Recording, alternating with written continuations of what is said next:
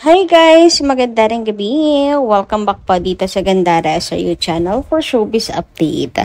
Andito na naman nga po akong muli nagbabalik. Ang nagmamaganda ninyo kachismosang Kim Pao, wala na nga pong iba ang Locaret na si Gandara upang maghatid sa inyo ng latest update and fresh happenings patungkol kina Kim Chiu and Paolo Avellino. And para sa gabing ito, so shocked si Paolo Avellino. Ang pag-uusapan natin sa gabing ito na siya ay nasa backstage lamang daw ng Showtime at may lakad sila ni Kim. O teka, saan yan ha? Ayan, labas ka naman daw kasi dyan, papi, para masiyan lahat. Biglain mo ang mga bashers. Hindi, biglain mo ang mga fans. Labas ka dyan. Bigla ka magpakita na nasa backstage ka lang pala. Huy, pati si Kimi magugulat niyan. Tapang ni Paolo pa nangyari yun. Anyway, ito po ay latest chika na nasagap natin. Pero bago po yan, na mga hindi pa nakaka-subscribe sa ating channel, maaari lamang na pindutin po ninyo subscribe button natin at notification bell na nandyan sa baba upang kayo maging updated po at ma-notify tuwing may bago tayong chika at balita hinggil sa Kim Pao. Basta mga balita na may kinalaman po kina Kim Chiu and Paolo Avellino, sagot na po natin yan. So, eto na nga pag-usapan natin itong atin pong nasagap na chika. Sa pagbabalik ni Kimi, hindi ko naman akalain. Naghanap tayo ng update ni Kimi pagbalik po niya sa Showtime. Hindi natin akalain na ito yung bubungad sa atin.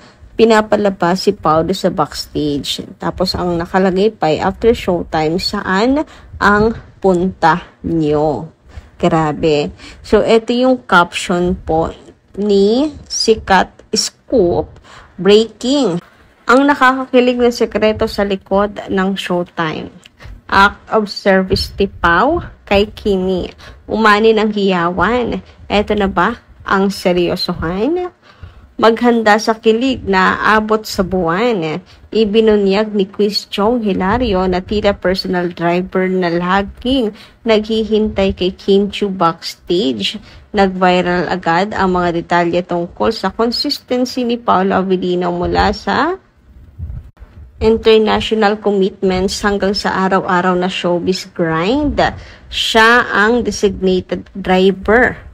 Sa mga komento ng Anonymous, ang seryoso, ano yun? Anonymous, ang suporta, si Pao ay hindi barkada, hindi mabarkada, taong bahay at seryoso, mapagmahal. Kung ikaw si Kimi, papakawalan mo pa ba ang ganitong husband material? Basahin ang buong kwento at kiligin sa Kim Pao Fever. Grabe naman nga sa pa-caption si Sikat. So, syempre, tiningnan natin yung date. Aba, fresh na fresh talaga. October 20, 2025. Posted. Ayan, ang hindi matatawarang pag-ibig ni Paolo Avellino mula sa Cebu, Canada at balik sa Showtime. Siya ang consistent na personal driver ni Kim Chiu. Isang isang act of service na hindi makakaila. Sa gitna ng sikat at makulay na mundo ng Philippine showbiz, may isang love team na patuloy na nagbibigay kilig at humahatak ng pansin, hindi lamang sa harap ng kamera kundi pati na rin sa likod ng entablado. Ang Kim Pao o sina Kim Chiu and Paolo Avellino, bagamat walang direkta at formal na pag-amin, ang mga kilos at act of service ni Paolo kay Kim ay sapat na upang kumpirmahin ang lalim ng kanilang relasyon o hindi bababa sa seryosong intensyon ni Paolo. Hoy, grabe sa mga malalalim na salitaan, ha? Ang pinakabagong patunay nito ay nag-ugat sa isang masayang pang-aasar mula sa kanilang kasamahan sa Showtime, sa It's Showtime na si Chong Hilario. Sa isang live episode, binanggit ni Quiz Chong na bentang-benta sa mga manonood ang presensya ni Paolo Avellino sa labas ng backstage ng studio, naghihintay umano upang sunduin si Kim Chiu. Ang simpleng pag-aantay na ito ay hindi lang basta paghatid sundo. Ito ay isang consistent na araw-araw na ritual na nagpapakita ng dedikasyon at pag-aalaga na madalang makita sa magulong schedule ng isang artista. Okay, so hinighlight dito yung magulong schedule ng artist and mahirap maging consistent lalo na kung hindi naman talaga totoo wari yung naisip parating dito. Kasi kung wala talaga, papaano magkakaroon ng dedikasyon na pag-aalaga? Ang gulo-gulo ng schedule. So, tinalakay yung time management, 'di ba? Ang pagka-consistent ni Paulo mula sa international commitments hanggang sa araw-araw na trabaho. Ang nakakabilib sa ginagawa ni Paulo ay ang kanyang hindi matatawarang consistency.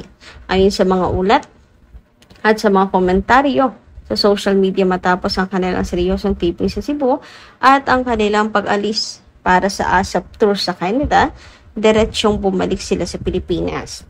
At nananatili pa rin ang sistema. Si Paulo ang personal driver ni Kimi. Hindi siya napapagod. Hindi siya nagre-reklamo sa kabila ng pagod at jet lag. Inuuna niya ang kaligayahan at seguridad ni Kim. Uy, grabe, nakakakilig naman yung mga post na to. Feeding the delulunes talaga no? Ito ang dahilan kung bakit nag-viral at naging usap-usapan ang pangyayaring ito. Ang mga tagahanga ng Kim Pao ay hindi na kailangan ng salita. Sapat na ang mga aksyon ni Paulo. Ang paghahatid sundo sa pag-aantay ng tahimik sa backstage at pagbibigay ng regalo ay pawang act of service ng isang love language na nagsasabing wala akong ibang ginagawa kundi mahalin ka. Uy, grabe yun. Ang husband material na katangian ni Paulo Abilino ayon sa publiko. Ang suporta ng publiko at ng kanilang mga kaibigan sa showbiz para kay Paulo ay halos anonymous. Sa mga social media platforms, maraming komento ang nagpapahayag ng kanilang matinding pagboto kay Paulo para kay Kim.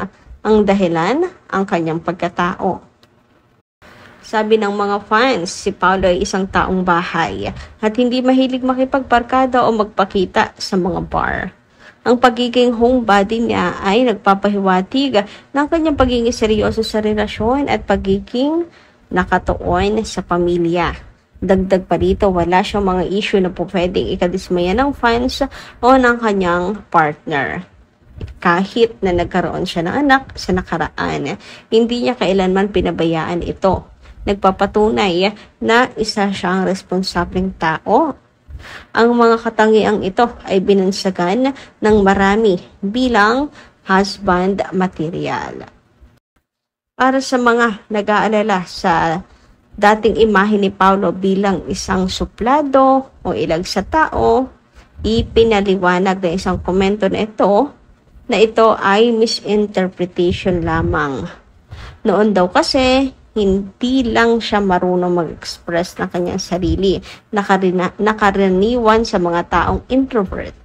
Ngunit kung titingnan ang kanyang dedikasyon kay Kim, malinaw na ang kanyang puso ay bukas na at handang magmahal ng tapat at walang pag-iimbot. Hoy, grabe naman nakakakilig yung na to, tong article na to. If this is a fan service article, oh my gosh, I can say I am serviced. Talaga, I'm satisfied. Ang panawagan, huwag pakawalan ng ganitong pag-ibig. Ang chemistry ni Kim and Paulo sa kanilang mga teleserye ay nag-uumpisa na bilang isang professional na trabaho. Ngunit unti-unting lumalim at nagkaroon ng sariling buhay. Ang pagkakaibigan pala ay tila nagiging isang bagay na mas malalim at mas seryoso. Ang kanilang mga kasamahan, tulad ni Quiz Chong, ay nagiging tagatulak ng kanilang pag-iibigan.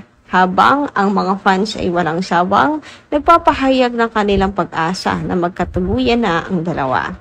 Ang ganitong klase ng lalaki na hindi napapagod mag-alaga, magbigay ng act of service at may malinis na record ng pagkatao ay talagang isang biyayang hindi dapat pakawalan.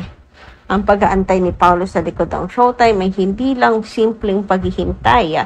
Ito ay isang deklarasyon ng pag-ibig na nagbibigay inspirasyon sa lahat. And I thank you. Grabe, calm lang ako sa pagbabasa nitong article na to, pero wag kayo. Pinapatay na ako nito sa kilig. Deep inside, tiyak na ang Kim Pao fever ay hindi pa matatapos at ang bawat hatid sundo ni Paolo ay patuloy na magiging isang chapter ng kanilang nakakakilig na kwento. Ang tanong na lang yon, kailan magiging formal ang kanilang relasyon? Sa tindi ng kilig na ibinibigay ni Paolo, malaki ang posibilidad na malapit na nating masaksihan ang isa sa pinakamatamis na pag-amin ng pag-ibig sa Philippine showbiz. Huy, grabe, hindi ko mapaliwanag. Napakahusay ng nagsulat nito. I am serviced talaga. Talagang satisfied sa pagsusulat na to. Grabe, no? So, babalik tayo doon sa kanyang caption, dito sa sinasabing hatid sundot na sa likod si Paolo Avellino ng stage. So, this, yung after showtime, saan ang punta ninyo?